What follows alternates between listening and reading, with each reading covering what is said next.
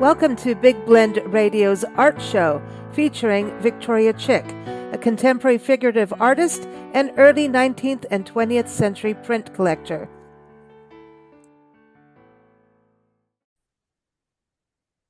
Welcome, everybody. Today, we are excited to talk about the art of engraving, which is pretty interesting when you think about engraving. Nancy and I recently went to Two Trees Distilling with our friend Steve and Karen, who run the line on the Rose Bed and Breakfast in Asheville, North Carolina. We do a show with them, and we went to Two Trees Distilling. Joe was on our show talking about their whiskeys and bourbons, and he says, well, when you come back to Asheville, you need to come. And we're like, all right, we'll come do a podcast on tasting, which we did. It was fun.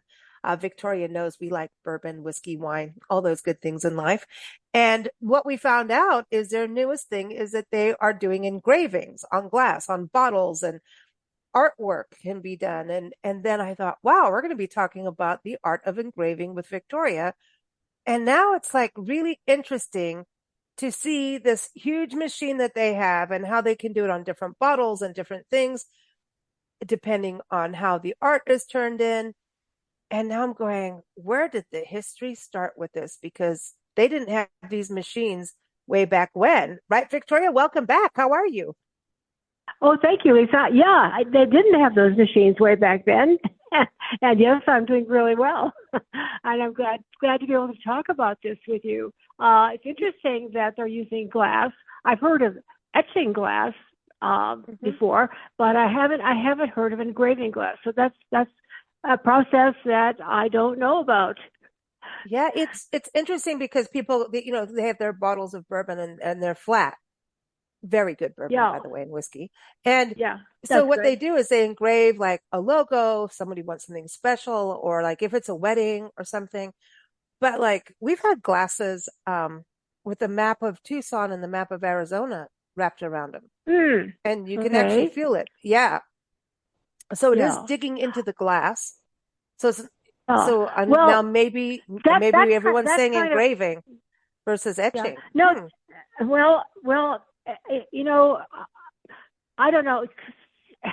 With modern things, sometimes people borrow words, but that doesn't mean, I'm not sure. Mm-hmm. So, but what they're doing is probably akin to really ancient times when they weren't printed on paper. The engraving or etching or whatever process they were using wasn't printed on paper to be sold. It was just into the metal, or in this case, they're doing a process that makes indentations in the glass. Mm-hmm. And I'm not familiar with the engraving aspect of that. But back when in the Middle Ages, when people were wearing armor a lot more than they do now, they did use an engraving process because these knights and so forth that wore the armor wanted to have them decorated, and they were So what they would do, the armorers would put some designs on. They were pretty skilled, but they weren't quite as skilled at that delicate kind of work as jewelers were. So eventually, jewelers sort of took over the work of being engravers because they were used to working with metal. And and I did one engraving in my lifetime back at college. It was very difficult medium because it requires so much control and so much strength to push this V-shaped gouge, tiny V-shaped gouge through metal, like they're making a furrow. Yeah. And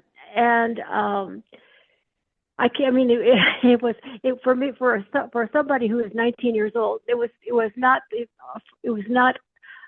easy. And in fact, it was kind of frustrating because I had seen good engravings, and mine certainly did not measure up to them. So I did not pursue engraving.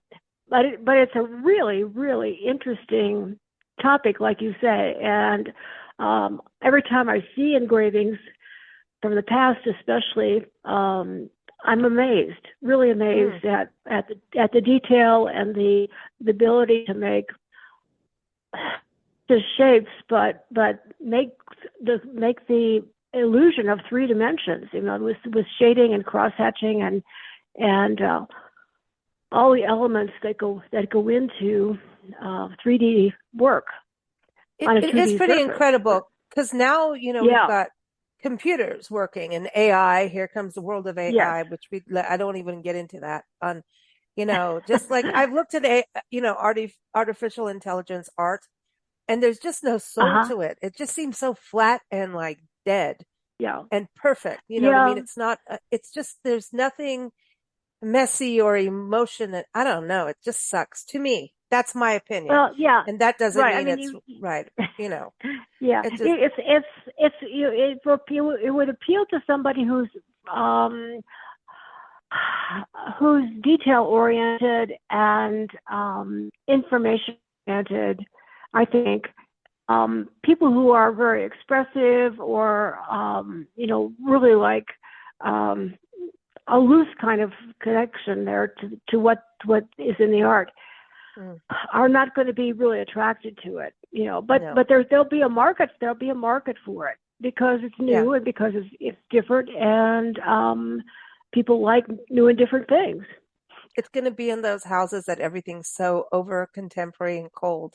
You know what I mean? Yeah, And like contemporary is fine. I'm into that.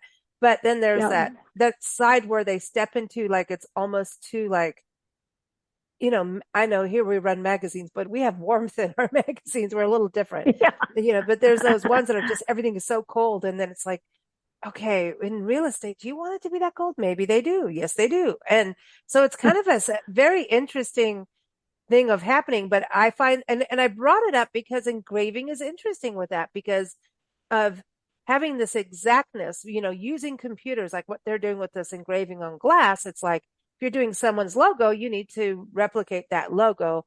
And, when we were talking to them there, and they were at the very beginning of this newer technology, and they're like, well, we're going to be messing with this for a couple of weeks. And obviously they're looking at the holiday season, and everything. But Sure, if it's something for weddings, they do the engraving on glass, glasses like champagne glasses. But sure. sometimes it's not actually getting into the glass. You know what I mean? So it's kind of this it. I don't know how to explain it, but Do it's you not. tell me something about it? Let me ask you a couple of questions because you've seen this and you I assume you've held these things Mhm. like the glasses, and if you run your fingers across them, is there a slight roughness? Indentation. Yeah, there's a roughness and an indentation. So they're actually Okay, engraving on glass, because because there's it's on two their bottles, and they can do it on yeah, coasters. So not just glass, yeah, like they have wooden coasters that they engrave on it. And then so when where the like if it's wooden or like cork or mm-hmm. something, so it's light, Yeah, and where they engrave on it is an indentation and it's a dark brown because that's okay, so this whatever they're doing with this machine is doing like exact replications, but you have to know your sure, material. You have to yeah, it's just like printing.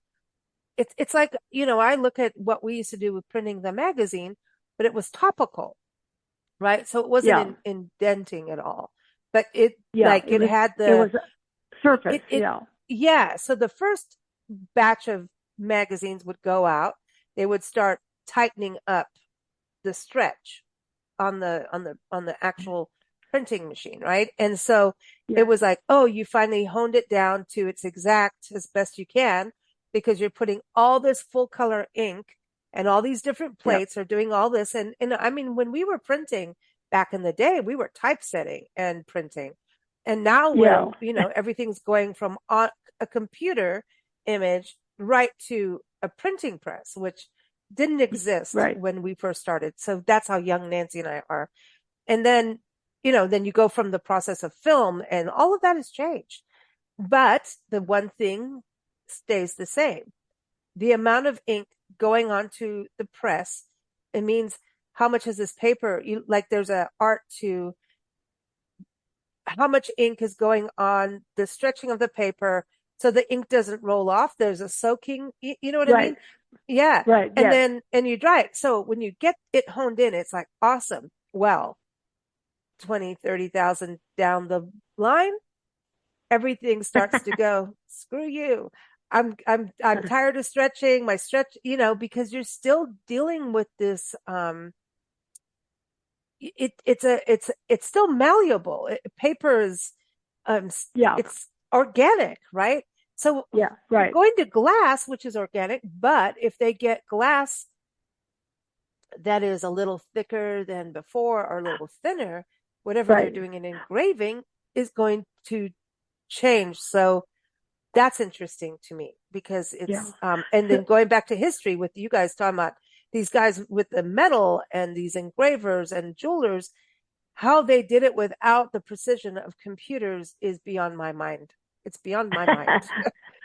right. Yeah, I know exactly what you mean, because it is amazing, and as I say, I tried it, and I'm even more amazed that they were so good.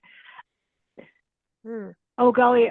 Now, So, what you mentioned about the glass, one other technique that is done with glass is sandblasting, and that's mm, that's changed too because of computer ability that the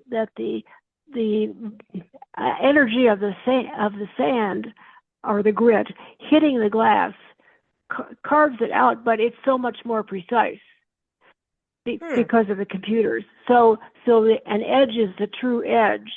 It's not the etching doesn't sort of bleed into the glass that you want to be remain smooth.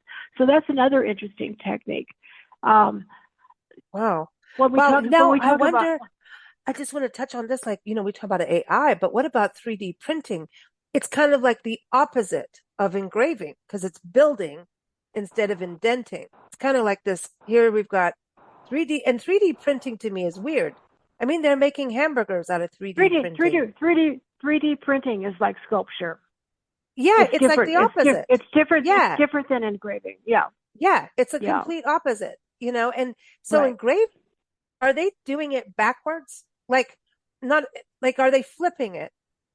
So, like, if you're engraving a cow and the artist said, here's my cow. And, the cow is, the face is pointing to the right and the body is going to the left, right? So butt to the left, Okay. face to the right. Now, when they engrave it, Yeah. are they flipping it and doing the face to the left and the butt to the right? No, no. What you? Oh, It's no different. It's wait a second. Wait a second. It's no different in the actual printing process. It's no different than any other printing process. You're going to get a reverse image when you pull the paper. It'll be a reverse image of oh, what wow. you thought you had. See, so but I I like that don't you said think. what you thought you had. Yeah. So anyway, printing is different. You usually have to think in reverse because you're going to get a reverse image of from what is on the plate as after it goes through the press because you've put your paper down and now you pull it off and what was facing left is now facing right. Mm, okay. So Okay. anyway, Okay. So uh, yeah, that's what I was saying. It's going to be reversed, yeah. but so basically whatever the artist does is going to be in reverse, and the artist, if they know they're going to have it engraved, has to think in an opposite mind. Like you have to Well, use both sides of your brain big time. right. And he might be able to, he might be able to do that. I mean, you see buildings and people. One of the reasons that engravings sort of blossomed in the like 17th, 18th, and 19th centuries is because people were traveling more. They would go places and they wanted a souvenir and they couldn't afford a painting, so these engravings became very popular because they would see work by a famous artist, and then this engraver would come along and he would copy that image, Hmm. and sell it for a much reduced price. So the people were really happy. They had the image they wanted, not in color, but it was a reminder of their trip, which people will always visit souvenir shops, and they wanted souvenirs in the Baroque and classical era. So Okay, so I got to go the backwards. engravings served a purpose besides being really nice art themselves. So I have to go back. So the engravings were first on armor and metal and things, right? Then at one point, history said, okay, we are going to, it's almost like creating a mold, right? For the ink to run into the engraving and then it goes on paper? Or is it, Lisa, it's a good question, and it started off very simply because the people that were doing the armor wanted to keep a record of what they had done because this customer might come back and want the same kind of design on the next piece of armor that he had. So what they would do is they would just take a piece of paper. Well, it wasn't the kind of paper we think of as paper today. It was much probably more like some kind of skin, like a vellum, and they would ink the armor, and then they would press this paper against it, and the ink would come off on the paper. So it was just kind of a fragment of what their whole design was, but it was enough for them to keep a record of it. And that's how the idea of transferring the design with ink started. And that continued probably until the 1600s, when somebody came up with a bright idea, a jeweler probably, at the request of an artist, to do an engraving of his painting or an engraving of his drawing. And then they started selling those as artworks themselves. So it was no longer considered a record so much as it was a piece of artwork. okay, wow. So when you think about, so it becomes an artwork. So at that point, that's how this whole process of artists being able to reproduce their art. So when you were talking about people seeing, tourists seeing these amazing buildings and getting that engraved piece. That's where I was going Sure. like, hey, they're getting this engraved piece, but was it on metal, like on a trinket, which you can get these days, right? Or was it like Right. as a print? So you said they weren't in full color at that point. At that point, it was like black and white or whatever the It was ink yeah, color was. yeah. It was just black and white. And sometimes they would, well, a little bit later on, the engravers got sort of set up their own business because tourism started being a much bigger thing in the 17th and 18th centuries. And people, like you say, they wanted a souvenir. And so the engravers would not wait to be commissioned by the artist to do a picture of their or an engraving of their work or their pictures. They would just go into business for themselves and start. They would go to museums, say, and they would copy. They would copy a famous artist's artwork, and they would sell that.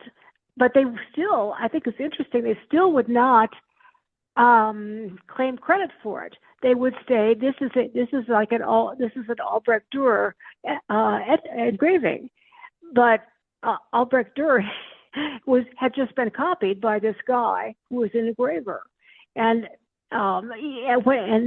I think that's an offshoot of what happened early on when artists would ask an engraver to do work on their with their design or their picture, and they were never credited with it because their work was considered a menial task, which is really funny because it was certainly something that required an amazing amount of skill. It was not the same. I mean, ditch diggers were menial tasks, and engravers were considered in the same category, which is hard for us to understand, But that's just the way it was back in the 1600s. So I think now if you were going to go out and look at look at an art gallery, Hmm. you'd see lots of engravings. And what you see in a gallery might be something that the artist has commissioned somebody else to do, and under his name, and it might be a reproduction much later, and will still be called by the name of the artist, the original artist. Um, so it's very difficult because way back until the 20th century, really, artists did not sign their work in pencil underneath the picture, which they started doing that just in the 20th century. And when the artist is signed in pencil, you know that he actually put his hand to it. He was actually involved. If you might be looking at a picture that doesn't have that. I'm not using Albrecht Dürer as an example. There were all kinds of other ones. If at that time they weren't signing, so you don't know exactly when that engraving was done. So I mean, the artist may have been dead for 200 years, and Wow. you don't know that. I mean, and they still are valuable. They really are. It's just they're just not as valuable as something that you can trace the ownership of it. Probably is the best way to do that. Trace the ownership back to when the last owner, first owner, bought it directly from the artist. So it's still possible to do that. It's really fascinating to me because it's kind of like a copycat thing in a way, right? And In a yet way, now, yeah, yeah, then you get artists who go, "Ooh, I see I can be," look at Ted DeGrasse. We always talk about, him being one of the most yeah, reproduced artists in the world. He went, "You know what? I know how to make, yeah, art for the masses." And he had yeah, like a collective of people copying his art and then reproducing it in different ways on textiles, yeah, on everything. So, right. some artists were like, hey, I know how to survive and make money. Some were Yeah, capitalistic, yeah, and what's wrong with that? right. Yeah, I, yeah. each to their own. Yes, there's nothing wrong with it as long as people understand what they're buying. You Hmm. know, Yeah.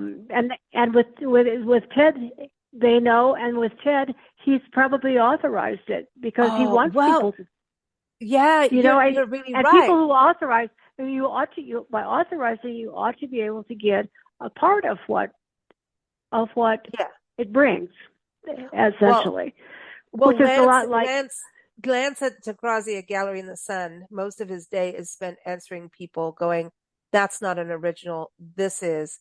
That's a yeah, print. That's a copy," because people don't know the difference no, if and it's it's framed. good that he can do that. Yeah, Yeah, that's most yeah, of his day, and they have a consignment room in the gallery of where if uh someone's, huh, doing an estate sale or something, they try to get as much of the original art back, actually, yeah, and yeah, purchase it or put it on consignment and help them sell it. So at least it's yeah, in its correct place to do it with the correct information. But yeah, because DeGrazia did stuff. I mean, he would sit and right. he'd go to a bar and scribble on a piece of paper and sell it for $5 for a drink or whatever. Sure, And sure, right. so you never, yeah, so it's an original when he does that. But when it's like Yeah, something it is. from an engraved, yeah. So when they do engravings and then that becomes a mainstream, does that get like numbered like a print would be numbered? Like, because it is still a print from an No, engraving. they didn't do that. And Ooh, that's hard. what you see, I mean, and you got to figure it's the 16th or even the 17th century. Who's who's going to who's going to know who's going to know how far out their prints are going to be sold. So most of the people that they're very provincial when they're Mhm. marketing. Their marketing is provincial. People come to them from another country maybe, but the locals no. I mean, it was so simple back then. Um, one of the things you see today, and I notice it particularly because I'm a collector, And I look at a lot of auction um, possibilities. A lot of auction send me catalogs every day online, and I sift through them. I mean, sometimes I'll get 4 and 5 in one day from different auction houses, and I look through them. You can see what's coming up for sale and how it's described, which is really interesting. You can see a picture of it, so you have an idea of what it is. But so many um, items, or I mean, are they'll list the artist that did, the original artist that did the design, the picture, and they'll, if they're honest, which most auction houses are, they'll say like Picasso, or they'll have Picasso in big letters, and then in small letters they'll have after, AFTER, and that means somebody has taken Picasso's picture and made a reproduction, basically. And Okay. people that don't know better think they're getting a Picasso original. Oh. Gosh, I've got something that was done by Picasso, and and that's okay. Maybe they just like the picture. They are intrigued by the design. They like the colors. It goes over their sofa really well, and it fits in their house, and they're happy with it. And it's just that when you see something like a Picasso that's for sale for $54 and a starting bid, you know that something is not kosher here. So you know you're not getting an original. You know, you should know that. So Wow. but there's a So lot of that that goes. this is really And hard for collectors to know it. Like you're gonna have to do some it research. well, if you're a collector, if you've collected for a while, you come to realize what's good and what isn't. Or not, I should say good. What's legitimate? If they're calling it a legitimate description, if they're making something out of it that can't be true. I mean, Picasso's sell for hundreds of thousands of dollars, and when you get one for 54, you know something's not right. So you learn to be suspicious, and you learn to be canny in what you're seeing, and to sift through it before you buy. But I mean, there's it depends what your goal is. If you're trying to collect something that has a value because it was made by an artist whose work you respect, that's different than just wanting to decorate a room in your Right. house. So and Exactly. either one of I mean, each one is legitimate for that person, but they just need to know what the differences are, so they're not being cheated, Wow. So it's just or they're not. really getting, Yeah, yeah. yeah. In fact, it's more like they're well, I shouldn't say they're cheating themselves, because the auction houses will put clues on there that tell you what it is, just like putting the word after on there. But you have to know what it means. Hmm. So So anyway, yeah. So that becomes, we're but kind that's we're part of yeah, collecting is that fascination and yeah, this backstory and the interest. Sometimes you're just, right, taken by an image and other people may not be taken yeah, by it, but you are. And then you find sure, out this crazy backstory. You know all about yeah. that, don't you? Well, it's hard to tell online. I mean, if you can go to an auction, you can see things close up, and like we've talked about before, when you go to a museum or a gallery, you have an entirely different um, sensation when you look at a piece of artwork and directly, rather than you look at it in a book or online or whatever, in a movie, because you can pick up so much more uh, information an actual thing right in front of you than you can when you're being separated by film and different reproduction techniques and processes that go into making books. So Yeah. there's nothing that replaces seeing things in person, really, and that's very basic. That's very basic, even for me, which, and I don't know everything. I know a lot just from I've made mistakes in my collecting. It took me a while to understand all the ins and outs and what is legitimate and what isn't. Yeah, but I don't call them mistakes because that's how you learn, right? But Sure. if you Yeah. liked Right. it, you liked it, unless you were just doing it for, you know, Yeah. just if you're collecting for financial reasons and you make a Yeah. mistake, well, then that sucks. But if Yeah. you're collecting for both, then you go, Y- hey, I like it, Yeah. Yeah, So yeah, that's right. And yeah, I don't collect for financial reasons. I probably more collect for historical reasons because I like looking at art of the past and what went into it and so forth and what it meant to the people at the time and I mean you learn so much from art. You learn, I mean, even geography you can learn from art, from or sometimes even closer up even math you can learn because the early artists used mathematical formulae in their designing. So there's all kinds of things that that a person can glean from almost any artwork.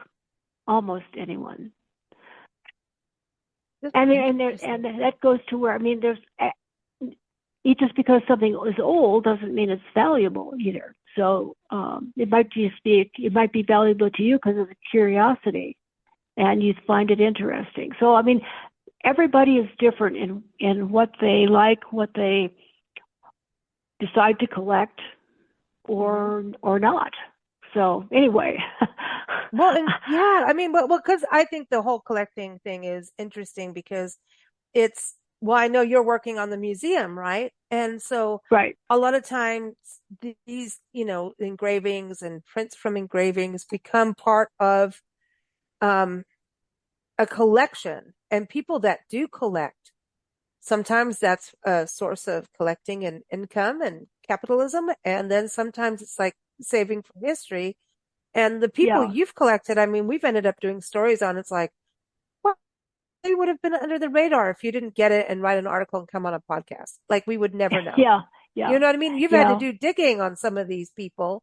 And I just think, some artists of the past, and they were prolific, but they just get swept up under the rug for all kinds of reasons, Well, and yeah. I mean, yes, exactly. There's so many things I've always collect because I have a reaction that to a piece that I see and I think, oh, that is really neat. I really like that. I think I'll get it. mm-hmm. And I don't know anything about the artist.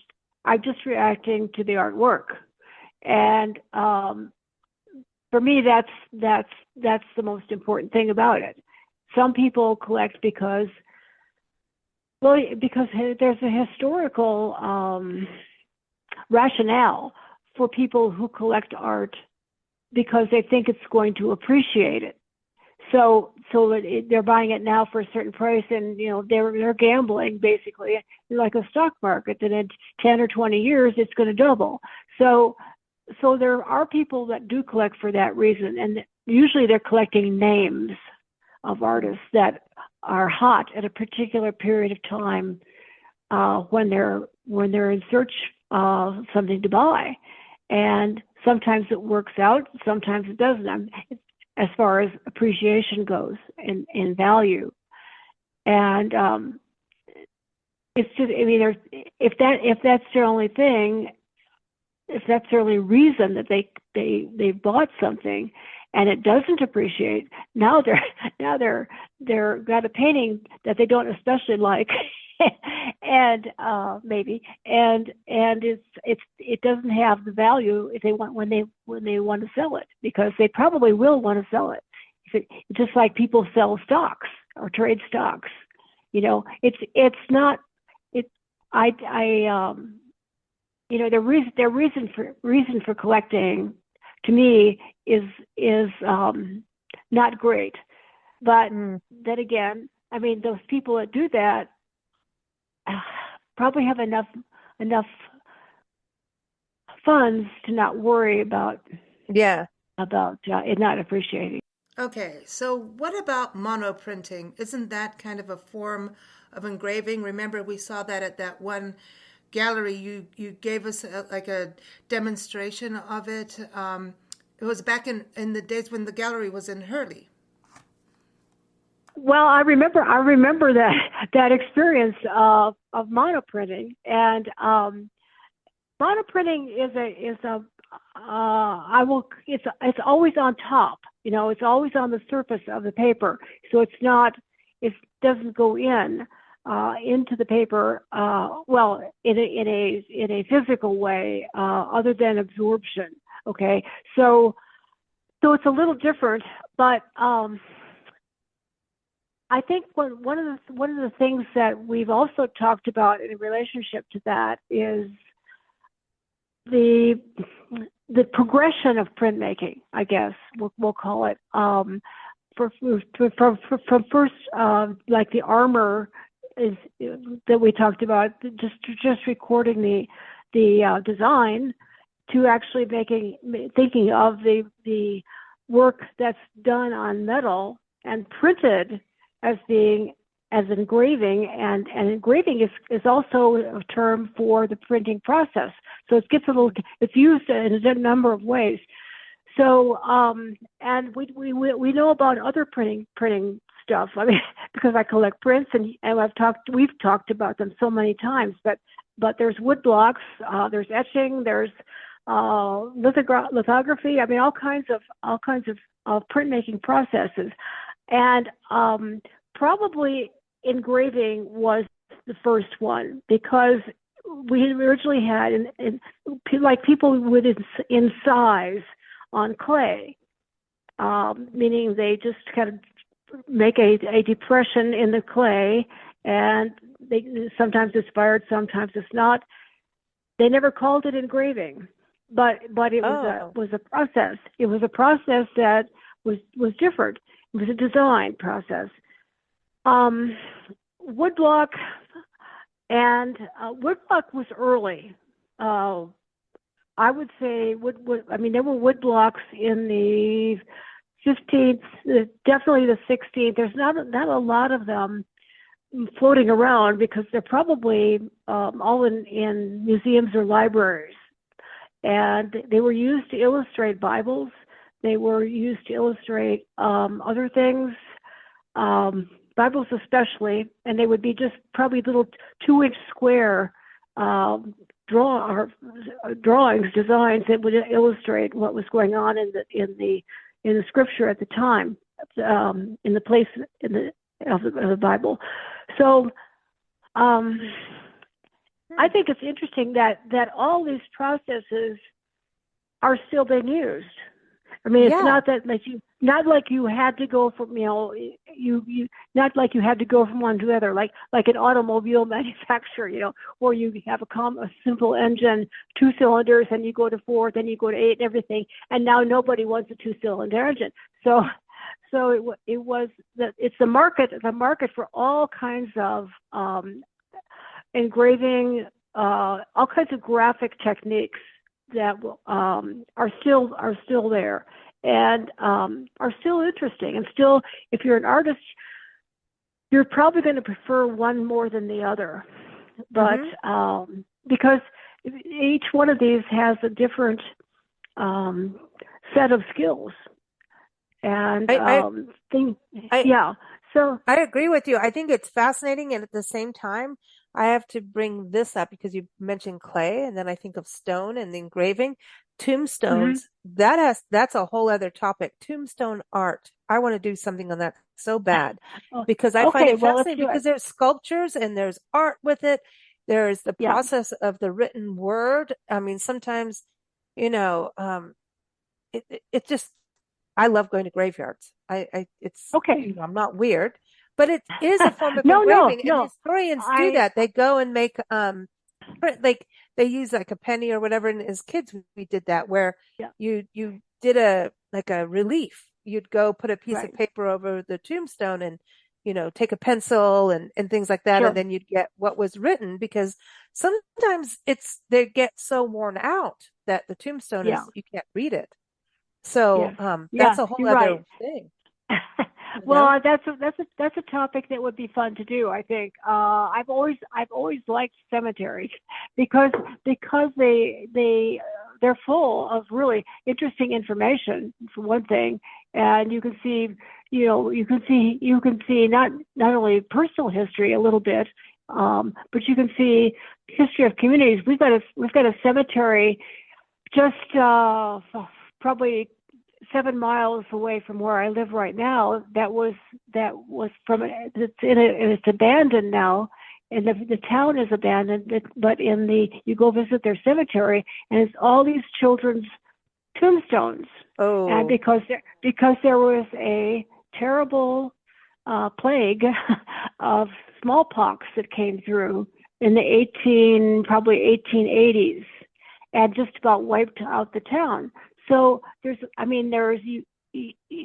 see personal stuff, and then you realize what you're seeing in a bigger picture, and you realize it was a community wide event here, mhm.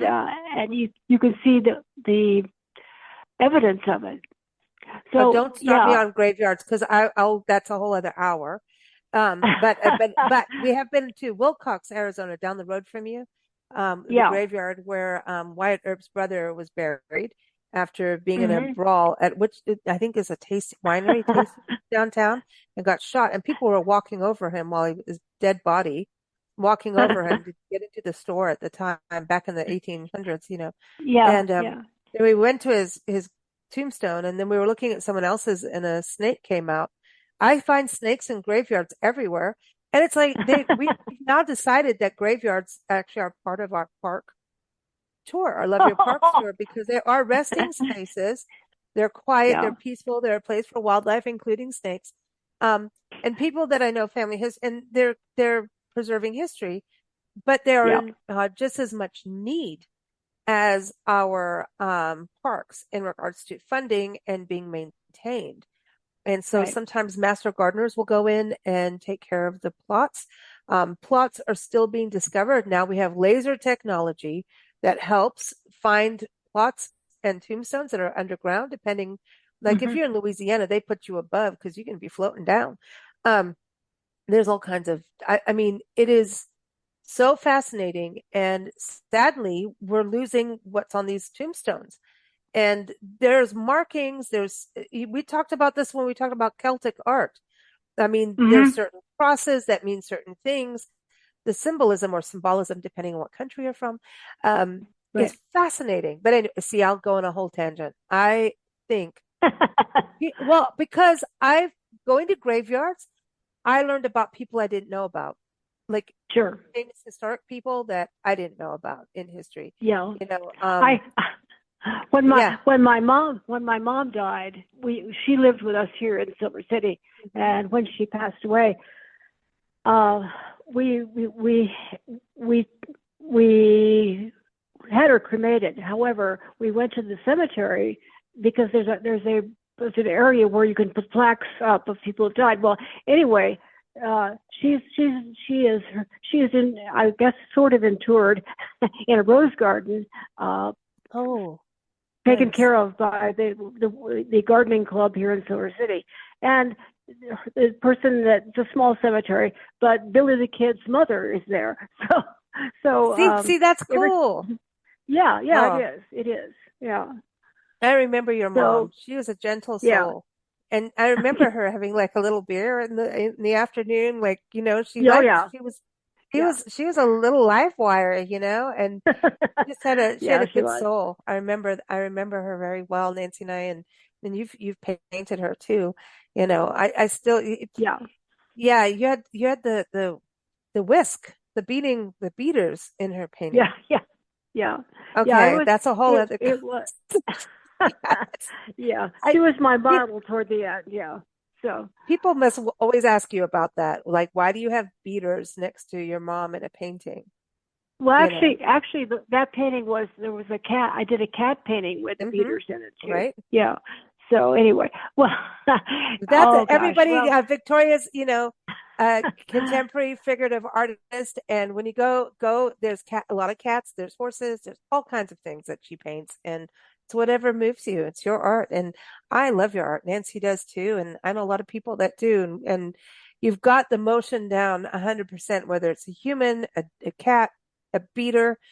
You have the motion and the movement. You understand those little glimpses. And I always just think that's just one observant person and then knows how to put it out there for the world in art. We really appreciate it. So everyone, victoriachick.com is the website to keep up with Victoria.